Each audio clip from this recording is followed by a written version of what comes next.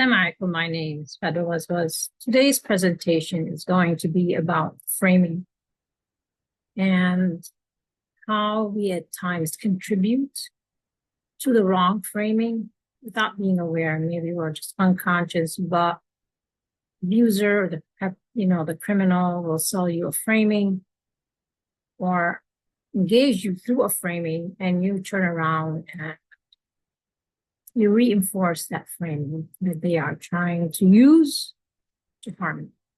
I just want to give a case example to help us understand, to be aware of the framing and to be aware of not contributing and reinforcing that framing such that it does actually our work or our attempts to help actually does more harm than help. So let me give you this example.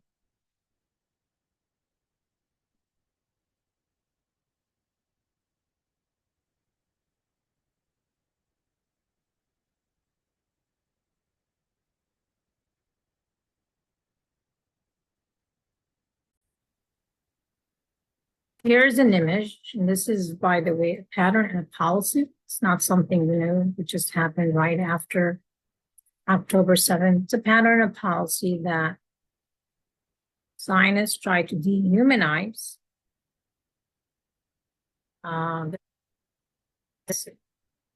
prisoners of war, hostages.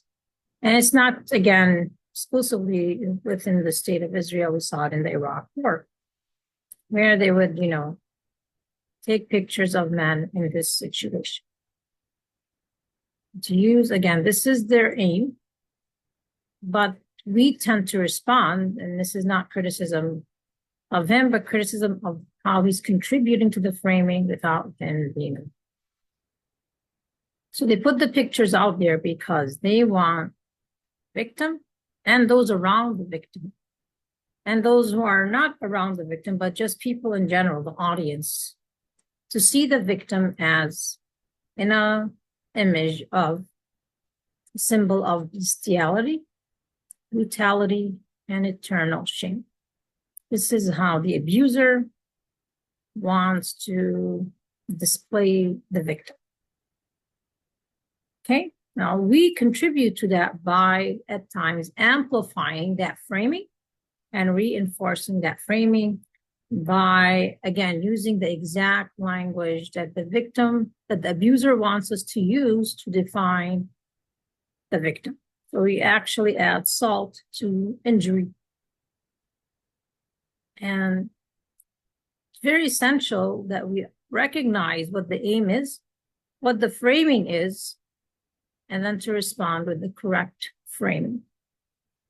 These images right here are etched into our collective minds as symbols of the perpetrators, bestiality, violence, and perpetual disgrace.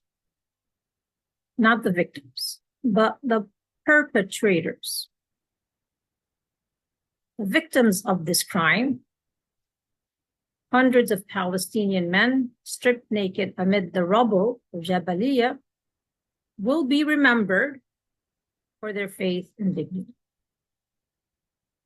This is the framing we will adopt, and we will say to the victim, to the perpetrator of the crime, and to anyone who is looking at this image, including this UN Special Rapporteur and others, that this image is a reflection of the perpetrator's bestiality and moral bankruptcy. It's essential to remember the victims with respect and honor, rather than adopting the negative portrayal created by the perpetrators through their moral bankrupt actions. We should acknowledge the victim's compassion, dignity, and faith. Again, focus on God's eyes, not the abuser. God is not going to hold you to account if someone oppresses you and tries to put you in an image of violence and bestiality. Nor should we reinforce and adopt that image. They could say, look, shame, disgrace, and we could say, we see you as shamed and disgraced, not the victim. Remembering them this way not only honors their worth in God's eyes, but it also helps combat the demonization and dehumanization that often accompanies acts of violence. By focusing on their humanity, their dignity, and work towards, again, building a society that values empathy, justice, and compassion.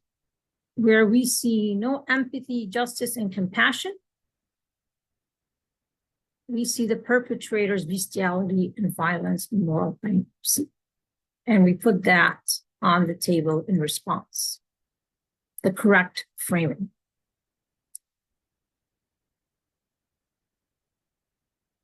Honoring the victims by praising their dignity and faith. Every time they try to put them down as, shame, disgrace, we honor them and we praise them. In the face of such atrocities, contributes to their healing from the abuse.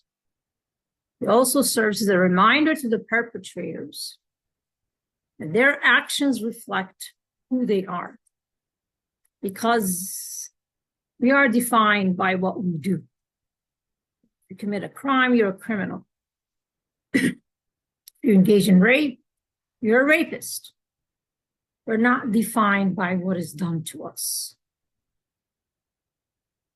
So these acts, this image defines the perpetrators, not the victims. It is they who are bestial, brutal, cruel, and disgraced, not the victims in this image.